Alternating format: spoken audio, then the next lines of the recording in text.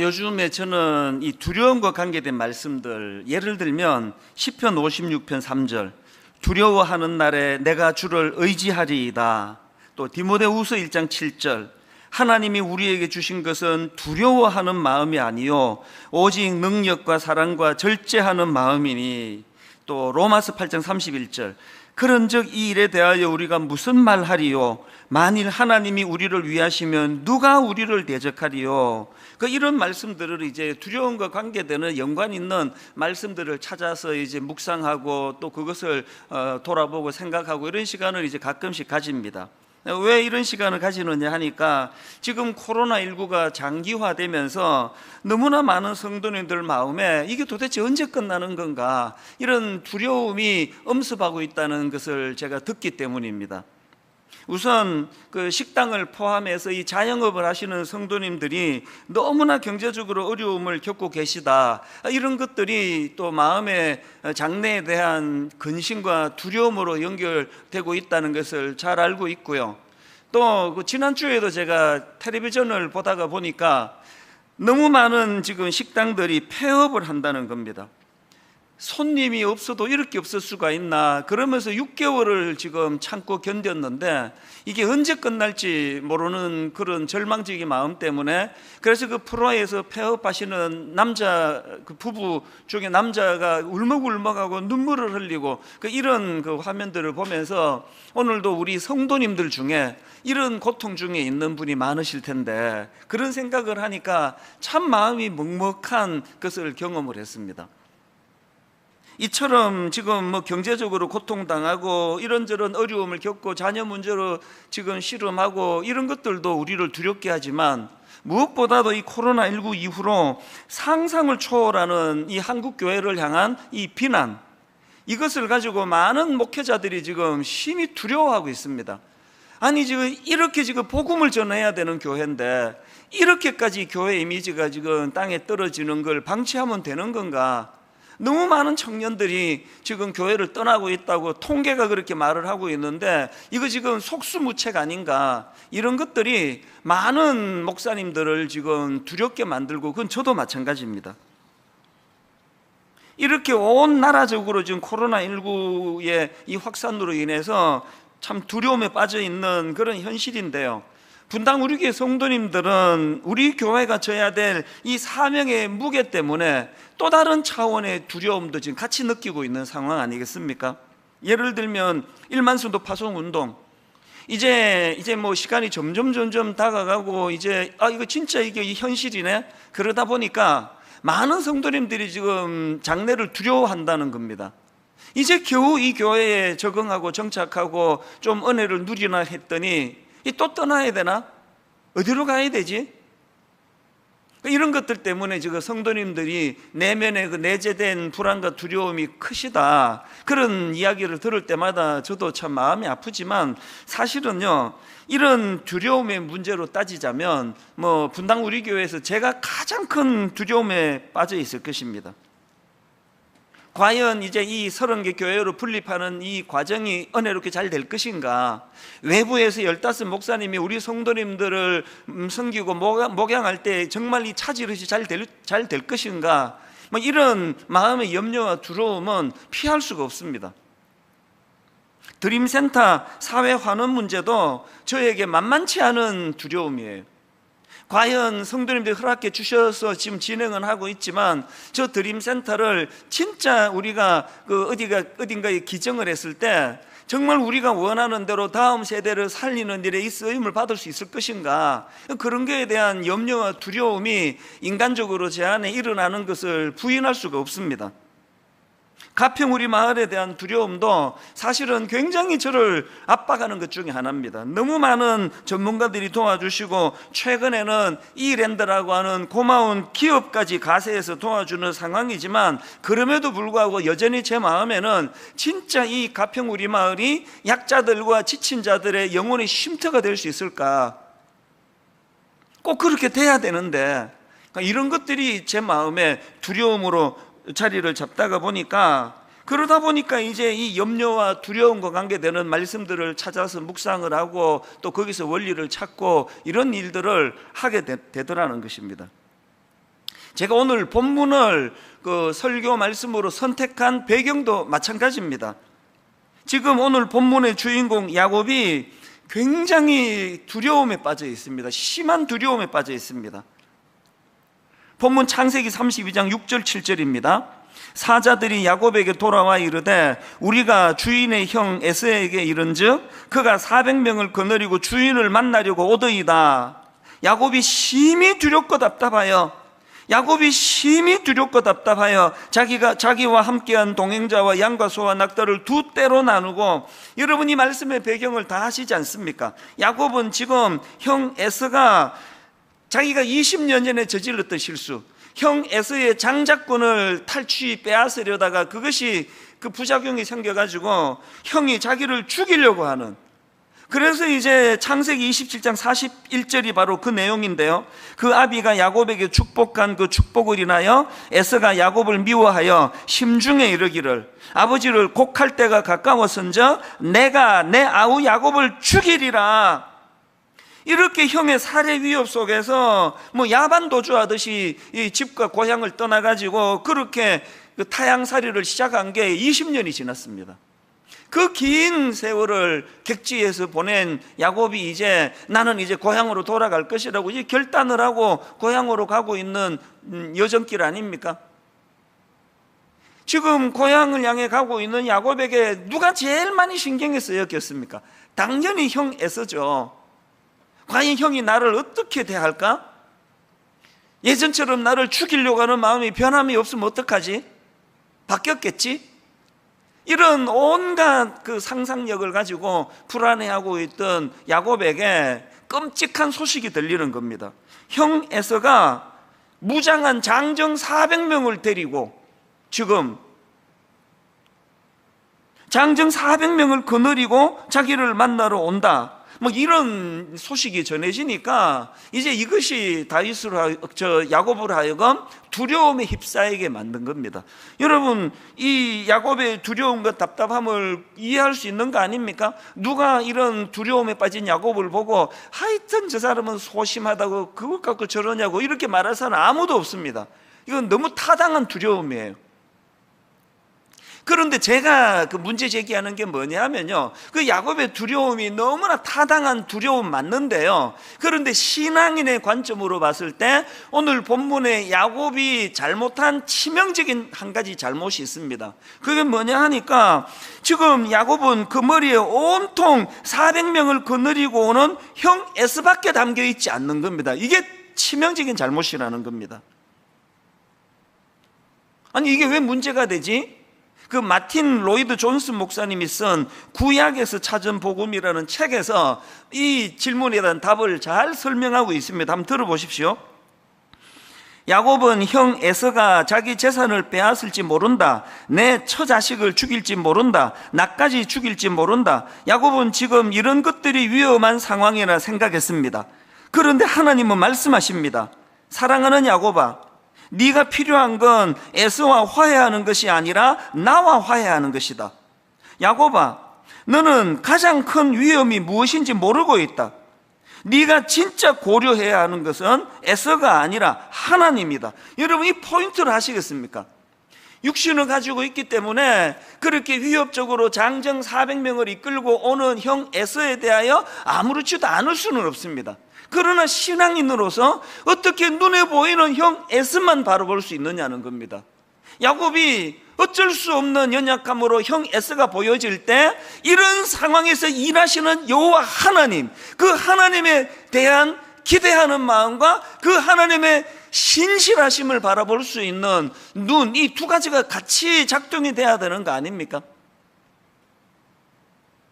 여러분 20년 전에 자기 장교를 믿으며 형을 속이고 아버지를 속여 먹다가 그게 부작용이 돼가지고 지금 민낯이 다 드러나, 그래서 야반 도주하듯이 그렇게 도망치던 과정에서 광야에서 돌을 베개하고 누워있는 비참한 자기를 만나주신 그 하나님, 그 하나님이 지금 오늘 본문에서 야곱 머리에서 떠올려져야 되는 거 아닙니까?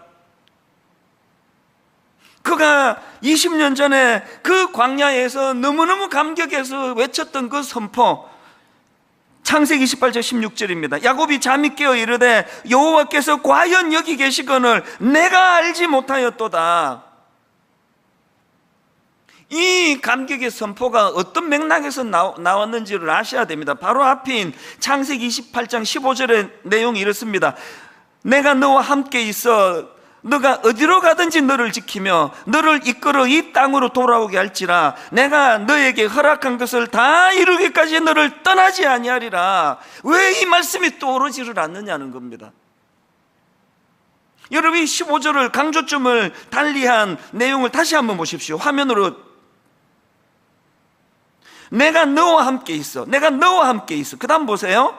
너가 어디로 가든지 너를 지키며 너를 이끌어 이 땅으로 돌아오게 할지라. 지금 장정 400명을 이끌고 위협적으로 자기에게 다가오는 형 에서를 볼 때 어떤 신앙의 모습이 같이 작동이 돼야 되는 겁니까? 비록 형이 위협적으로 내게 다가온다 할지라도 나는 괜찮다. 왜? 하나님께서 나를 다시 돌아오게 해주신다고, 나와 함께 하신다고, 보호해 주신다고 약속해 주시지 않느냐는 이 믿음이 작동이 되지 않느냐는 겁니다. 그러니까 지금 야곱은 이 일하시는 하나님, 일하셨던 하나님, 약속을 주신 하나님, 함께 하시겠다 하신 그 하나님에 대한 것은 경직이 돼가지고 다 지금 잊어버리고 눈에 보이는 위험만 자기를 두렵게 만드니까 점점 두려움이 강해지는 거 아닙니까? 여러분, 이게 딱 지금 코로나19를 맞은 민낯이 다 드러난 우리의 모습 아닙니까? 믿음이 작동이 되지 않는데 그 믿음 좋음이 무슨 소용이 있느냐고요. 지난주 말씀드렸잖아요. 안식월을 가지던 우리 부교육자가 그 안식월을 가지는 과정 속에서 그동안 내가 참 충성했던 이게 도대체 뭔가? 그래서 종땡 치면은 침이 흐르는 그런 본능만 의지하고 사는 그 강아지와 같은 내 존재가 너무 초라하다는 그런 고백을 하면서 제가 지금 기억하기로 그것 때문에 이분이 아파하고 신음하면서 금식하며 하나님께 매달리며 은혜를 구하는, 이게 신앙인의 모습 아닙니까? 오늘 본문의 가장 중요한 포인트는요, 그렇게 야곱이 두려움에 휩싸였다, 이게 포인트가 아닙니다. 그런 두려움에 빠져 초라한 자리에 빠져 믿음이라고는 하나도 작동되지 않는, 하나님을 경험하지 못한 불신자들하고 조금도 다를 바 없는 그런 초라한 모습에 빠져있는 야곱을 홀로 내버려 두지 아니하시는 하나님, 그를 만나주시는 하나님, 그 보잘것없는 야곱을 실험해서 져주시는 하나님, 그 하나님의 은혜가 다시 야곱을 회복시켜주고 복구시켜주는 거 아닙니까? 이 감격을 야곱은 이렇게 노래합니다. 창세기 32장 30절. 그러므로 야곱이 그곳 이름을 브니엘이라 하였으니 내가 이르기를 내가 하나님과 대면하여 보았으나 내 생명이 보존되었다미더라. 나는 그 절망적인 밤에 야복나루에서 여호와 하나님을 만났다. 그 하나님이 나를 다시 한번 두려움에서 벗어나 달려갈 수 있도록 그 은혜를 주셨다. 저는 오늘 본문 말씀을 여러 번 묵상을 하면서 마음의 소원을 가집니다. 지금 코로나19 때문에 너무 많은 성도님들이 마치 야복나루 앞에 서 있는 야곱처럼 두렵고 불안한 시간을 가지고 있는데, 하나님 저들 뇌리 속에 이 두렵고 불안한 코로나19만 머리에 꽉 차 있는 것이 아니라 오늘도 일하시는 하나님, 과거에 이것보다 더 어려웠을 때 어떤 은혜로 이것을 피할 수 있었던가를 떠올릴 수 있는 이 믿음이 작동되기를 원합니다. 그래서 그 믿음이 작동됨으로 말미암아 이 코로나19가 다시 한번 하나님이 우리를 어떻게 인도하시고 도우시는가를, 그래서 우리도 이 코로나19를 야곱이 그곳 이름을 브니엘이라 하였으니, 브니엘이라 하였으니 내가 하나님과 대면하여 보았다.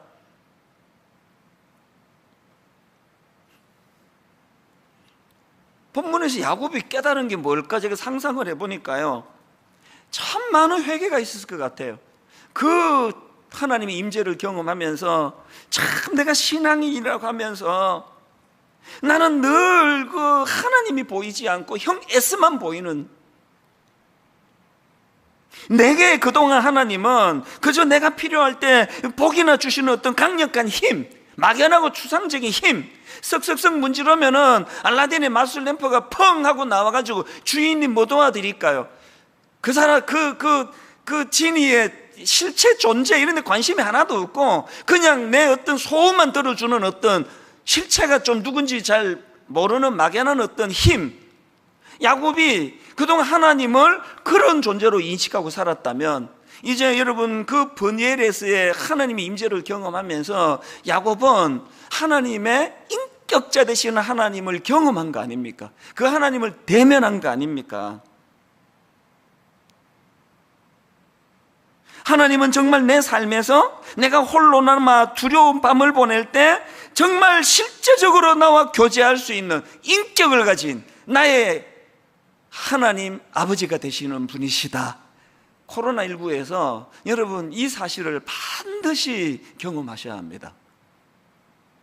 이런 관점으로 보면요, 크리스천은 딱 두 종류입니다. 오늘 본문으로 말하면 야복나루에서의 하나님을 경험하기 이전의 크리스천, 야복나루에서 하나님을 경험한 이후의 크리스천. 사실 야곱의 삶도 그렇게 나눌 수 있습니다. 여러분은 어느 부류에 속하는 크리스천이십니까?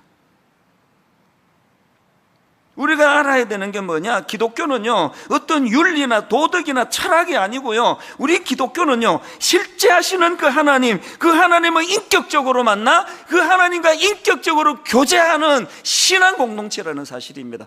오늘 여러분 코로나19가 문제가 아니고 너무너무 탄식하고 답답한 거는 오늘 교회를 수많은 신자들이 이런 관점으로 바라보지 않는다는 겁니다. 제가 오늘 설교 제목을요, 두려울 때 하나님께 집중하기, 이렇게 정하지 않았습니까? 제가 앞에서 읽어드린 시편 56편 3절, 두려워하는 날에 내가 주를 의지하리이다, 이걸 제가 세 번역으로 3절까지를 보니까 너무너무 생생한 겁니다. 자, 세 번역으로 보십시오. 두려움이 온통 나를 휩싸는 날에도 나는 오히려 주님을 의지합니다. 나는 하나님의 말씀만 찬양합니다. 내가 하나님만 의지하니 나에게는 두려움이 없습니다. 그 다음 보세요. 육체를 가진 사람이 나에게 감히 어찌하겠습니까? 오늘 본문에 이 야곱을 향한 하나님의 말씀같이 느껴지지 않습니까? 육체를 가진 사람이 나에게 감히 어찌하겠습니까? 그렇기 때문에요, 여러분 코로나19 이 상황, 우리 내면의 두려움이 엄습해오는 이 상황에서 우리는 인간이라 그 두려움을 떨칠 수 없습니다. 저도 고백했지 않습니까? 저도 두려움이 많은 사람이에요. 그러나 두려움이 밀려올 때 바로 작동이 돼야 되는 건 우리의 믿음이 작동이 되는 겁니다. 인격적인 하나님께서 오늘도 나를 위하여 일하기 시작하시겠구나. 제가 초등학교 시절에는요, 교회의 어른들이 대화하는 게 이게 뭔가 무슨 뜻인가, 이게 알쏭달쏭하네, 이해가 안 되는 것들이 종종 있었습니다. 예를 들면은 이 두 집사님이 지금 대화를 하시는데요, 한 집사님이 이제 막 경제가 너무 어려워, 요즘으로 치면 막 아이고 이제 이 식당이 안 돼가지고 뭐 맨날 적자다, 이거 문 닫아야 되나 고민이다, 빚은 늘어간다, 막 이런 이야기를 토로하시면요, 그 얘기를 듣던 옆에 있는 집사님이 뜬금같이 이제 소나무 뿌리 하나 뽑을 때가 됐네, 그런 말씀을 하세요. 아니 지금 그 식당 적자하고 소나무 뿌리 뽑는 게 무슨 상관인지 초등학생이 내 머리로는 이해가 안 되는 거 아닙니까? 그런데 제가 사춘기가 되고 고등학생쯤 되고 하면서 이제 그 신앙의 언어를 알기 시작한 겁니다. 지금 무슨 문제를 만나 죽을 것 같이 힘들고 이제 막 이 식당을 폐업해야 되나 말아야 되나, 이 빚은 어떻게 갚나, 그런 아픔을 토로할 때 그 소나무 뿌리 하나 뽑아야 될 때가 됐네, 그 말은요 옛날 어른들 표현으로 하나님을 집중해서 찾을 때가 됐다, 하나님을 부르짖을 때가 됐다. 실제로 제가 듣기로 그런 어른들의 무용담들이 어릴 때 많이 들려졌습니다. 무슨 산에 있는 기도원에 가셔가지고 얼마나 절박하게 하나님을 부르짖었는지 그 소나무를 붙들고 기도를 밤새도록 했는데 아침에 보니까 그 소나무가 뽑혀 있더라, 뭐 이런 유의 이야기들을 저는 어릴 때 종종 들었습니다.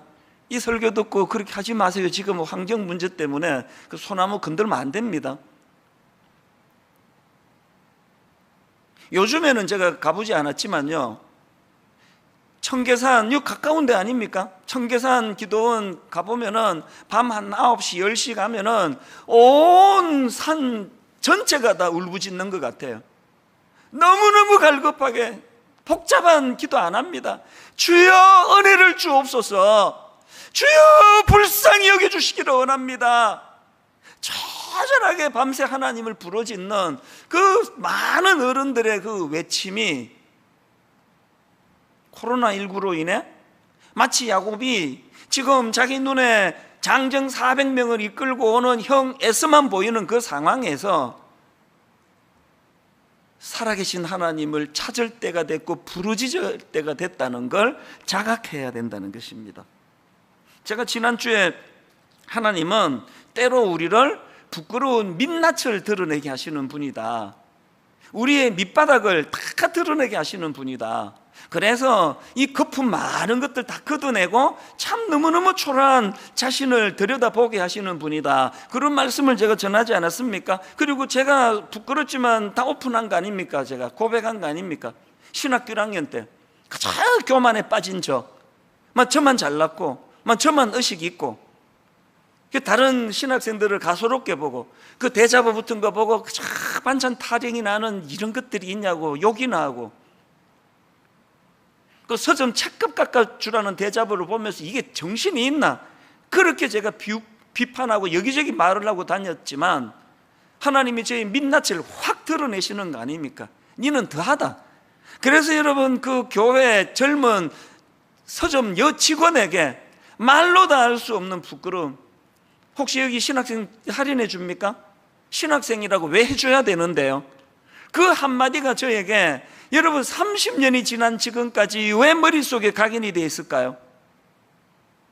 하나님은 저의 그 민낯을 다 드러내 보여주심으로 말미암아 그것이 저에게 얼마나 큰 영향을 미쳤는지요, 저는 그 부끄러운 기억이 떠오를 때마다 수백 번, 수천 번 다짐하고 다짐했습니다. 공짜 바라는 목사가 되지 말자, 목사라고 특권의식을 갖지 말자, 어떤 경우라도 성도들에게 뭐 바라지 말자. 그래가지고 저는 식당 같은데 가서 그 설렁탕 먹고 있는데 성도님이 들어오면 아싸 오늘 또 공짜로 먹겠구나, 이런 생각을 하게 될까 봐 두려운 사람이에요. 그래서 저는 사실 안 그런 경우도 많았지만 꽤 많은 경우 식당에서 우리 성도들을 만나면 제가 가서 계산을 해드린 경우가 많습니다. 이게 모여서 예배를 드려야 확인이 되는데, 우리 집에서라도 손 들어보세요. 저한테 밥 얻어 먹어본 사람. 이게 다 신학교 1학년 때 내 민낯을 드러내신 하나님 때문에 제가 자각하게 된 거거든요. 이게 민낯을 드러내는 부끄러움을 깨닫게 되는 것의 유익이에요. 그러나 여러분, 제가 신학교 1학년 때 그런 그 성도들에게 서점에서 부끄러움을 당했던, 밑바닥이 드러나는 수치를 경험했던 이것이 단순히 내가 자각하는 효과가 있는 걸로 끝나지 않고, 더 중요한 건 철저하게 이 초라한 내 실체가 다 드러남으로 말미암아 내가 목회할 수 있는 게 아니구나, 철저하게 하나님을 의지해야 되는구나, 하나님 은혜 아니고는 나는 부끄러움에 빠질 수 없게 되는 거구나, 이게 신학교 1학년 그 서점에서 제가 경험했던 부끄러운 민낯이 제게 주는 너무너무 소중한 유익입니다. 그래서 지금도요, 누가 뭐라고 칭찬을 하든지 간에 여전히 저는 신학교 1학년 서점 앞에 서 있는, 참 부끄럽고 남은 비판을 잘하면서 자기는 잘 따라가지 않고 이런 부끄러운 나라는 존재를 계속 의지하다가 보니 하나님 불쌍히 여겨주시기 원합니다. 아버지, 하나님 은혜가 아니면 제가 언제 하나님 이렇게 온 천하에 나의 부끄러움이 드러날지 모르는 초라한 인생입니다. 그렇게 하나님을 의지하는 거라는 겁니다. 오늘 여러분, 코로나19로 참 우리 신앙의 밑바닥이 다 드러났다면, 민낯이 드러났다면 낙심하지 마시고요, 이제 하나님을 더 찾을 때예요. 더 의지할 때입니다. 하나님, 그 야뽕 나루 앞에서 있는 야곱과 같은 초라한 존재지만 자격 없는 우리를 만나주시는 하나님 은혜를 오늘도 사모합니다. 그 옛날 어른들이 자주 부르시던 그 찬양 중에요, 주 안에 있는 나에게 딴 근심이 있으랴 십자가 밑에 나가 내 짐을 풀었네. 여러분, 저 찬양을 제가 가만히 분석해 보니까 이게 다 같은 얘기예요. 장정 400명 이끌고 위협하는 형 에서를 볼 때 거기에만 몰두하지 말고 그 근심을 어떻게 하라고요? 하나님을 집중하는 대로 써라. 주 안에 있는 너에게 어떤 근심이 찾아오면은 근심에 쌓이지 말고 그거 십자가 앞에 나가서 풀어놓아라. 다 같은 원리 아닙니까? 그랬더니 2절 가사는 내 평생에 잊혀지지 않는 은혜의 가사입니다.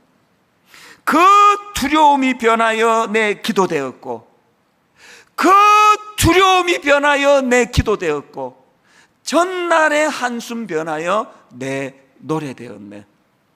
여러분, 내 힘으로는 400명 몰고 오는 형 에서의 두려움으로부터 벗어날 수 없지만 그 두려움을 하나님 바라보는 것으로 활용을 하게 된다면 우리 하나님은 우리의 두려움을 기도로 바꾸어 주시고 전날의 한숨을 너무나 기쁜 노래로 바꾸어 주시는 분이심을 믿으시기를 바랍니다. 이 사실을 마음에 담고요, 이제 좀 더 구체적으로 중요한 두 가지 포인트를 말씀을 드리고 이제 말씀을 좀 정리를 하려고 하는데요. 자, 두 가지 포인트가 뭐냐? 이렇게 두려울 때 하나님께 집중하는 그런 크리스천이 되기 위해서는 두 가지를 기억하셔야 되면, 첫째가 뭐냐? 하나님과의 관계 맺음은 철저한 개인적인 문제라는 것을 자각해야 한다는 겁니다. 이게 무슨 말인가 하면요, 자, 본문 창세기 32장 22절부터 24절 다시 한번 보십시오. 밤에 일어나 두 아내와 두 여종과 11아들을 인도하여 야복 나루를 건널세 그들을 인도하여 시내를 건너가게 하며 그의 소유도 건너가게 하고, 그 다음에 야곱은 홀로 남았더니, 저는 지난 한 주 동안에 이 한마디 야곱은 홀로 남았더니 너무나 많은 메시지가 담겨 있는 겁니다. 야곱은 홀로 남았더니, 여러분, 그동안 야곱은요, 자기가 모은 재산, 자기의 수많은 가족들, 자기가 가진 남자종, 여자종, 이런 것들을 자신과 동일시한 거예요.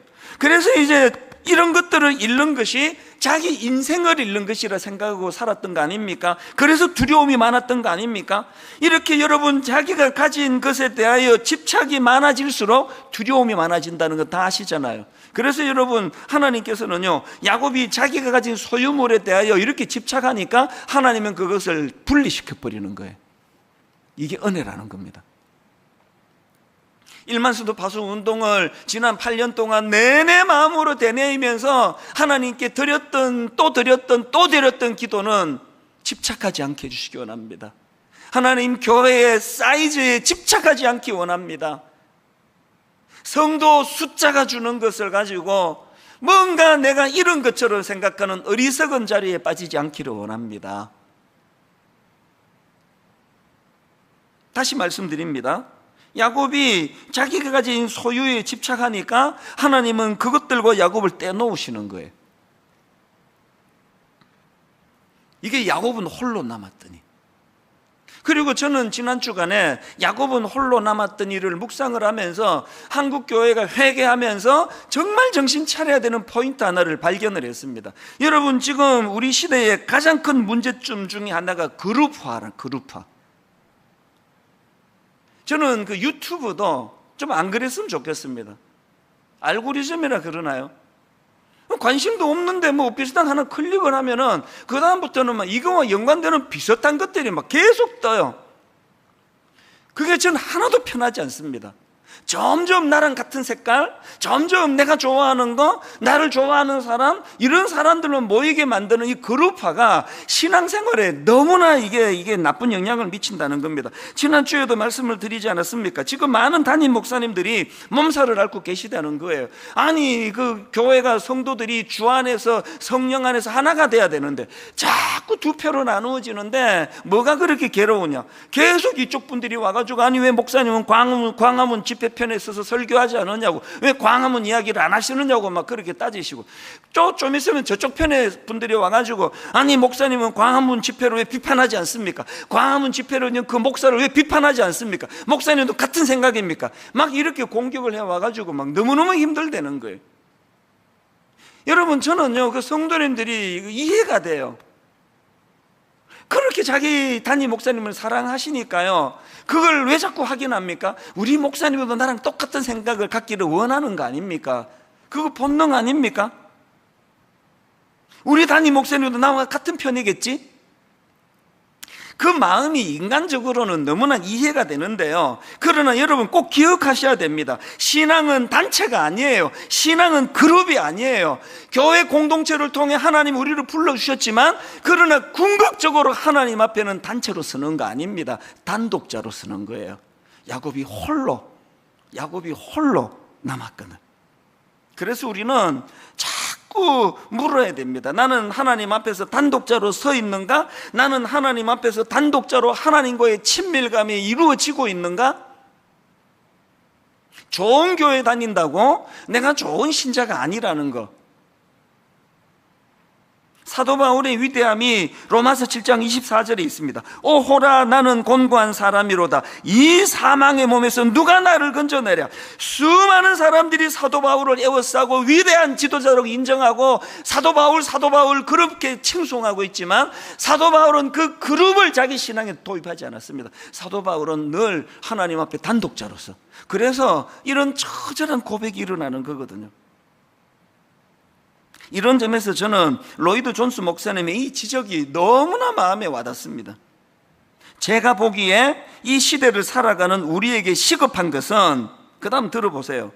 제가 보기에 이 시대를 살아가는 우리에게 시급한 것은, 교회 밖에 있는 세상은 몹시 신경 쓰면서 자기 자신은 전혀 신경 쓰지 않은 사람이 너무 많다는 것입니다.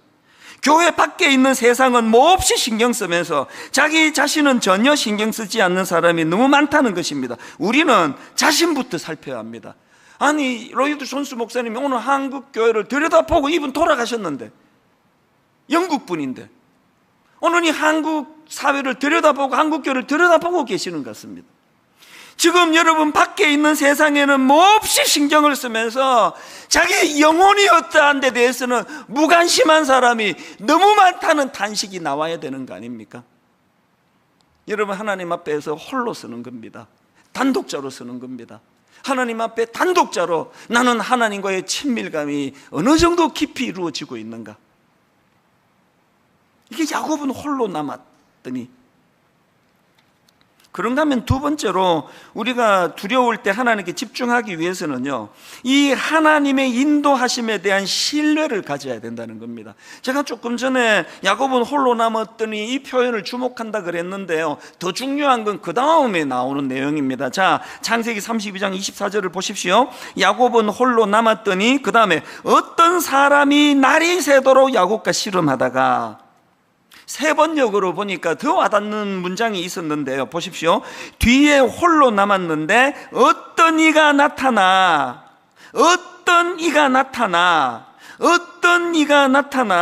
여러분, 제가 방금 신앙은 홀로, 신앙은 단독자로 서는 것이라 말씀드렸지만, 동시에 여러분, 우리가 그렇게 하나님께 단독자로 섰을 때 어떤 이가 나타나. 이 의미를 여러분 아십니까? 우리가 기억해야 되는 건요, 두려울 때 우리가 하나님을 집중해야 된다, 하나님을 찾아야 된다, 이런 표현들은 온전한 표현이 아닙니다. 편의상 그렇게 그냥 쉽게 그냥 툭툭 던지지만 정확한 표현이 아니에요. 여러분, 두려울 때는 하나님이 찾아주시는 거예요. 우리가 두려워할 때 하나님이 우리를 찾아주시는 겁니다. 그래서 오늘 설교 제목을요, 두려울 때 집중하기, 이렇게 제가 정했지만, 뭐 설교 제목을 너무 길게 할 수 없어가지고 축약해서 정했지만, 사실은 오늘 설교 제목은 이렇게 해야 타당한 겁니다. 오늘 설교 제목입니다. 두려울 때는 찾아주시는 그 하나님께 집중하기. 이게 제가 원했던 풀로 풀어서 설교 제목입니다. 두려울 땐 찾아주시는 그 하나님께 집중하기. 저는 이 두려움에 빠진 야곱을 찾아주시는 하나님, 어떤 어떤 이가 나타나, 이 표현을 자꾸 묵상하다가 보니까요, 오래전에 나온 책입니다. 박영선 목사님이 쓰신 하나님의 열심, 제 기억에 제 대학생 때 나온 책 같아요. 그 책을 오랜만에 꺼내놓고 읽으면서 얼마나 은혜를 받았는지 모릅니다. 그런가 하면은 이사야 9장 7절, 그 정사와 평강의 더함이 무궁하며 또 다윗의 왕좌와 그의 나라에 군림하여 그 나라를 굳게 세우고 지금 이후로 영원히 정의와 공의로 그것을 보존할 것이라.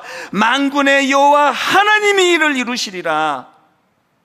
이사야 37장 32절, 이는 남은 자가 예루살렘에서 나오며 피하는 자가 시온산에서 나올 것임이라. 만군의 여호와의 열심히 이를 이루시리라. 만군의 여호와의 열심히 이를 이루시리라. 여러분, 야곱이 홀로 남았더니 어떤 이가 나타나 야곱을 붙잡고 동이 털 때까지 씨름하며 그 가소로운 야곱에게 져 주시는 그 하나님의 은혜. 코로나19가 하나님의 열심을 맛보는 도구가 될 줄로 믿습니다. 우리의 불신앙을 회개하면서,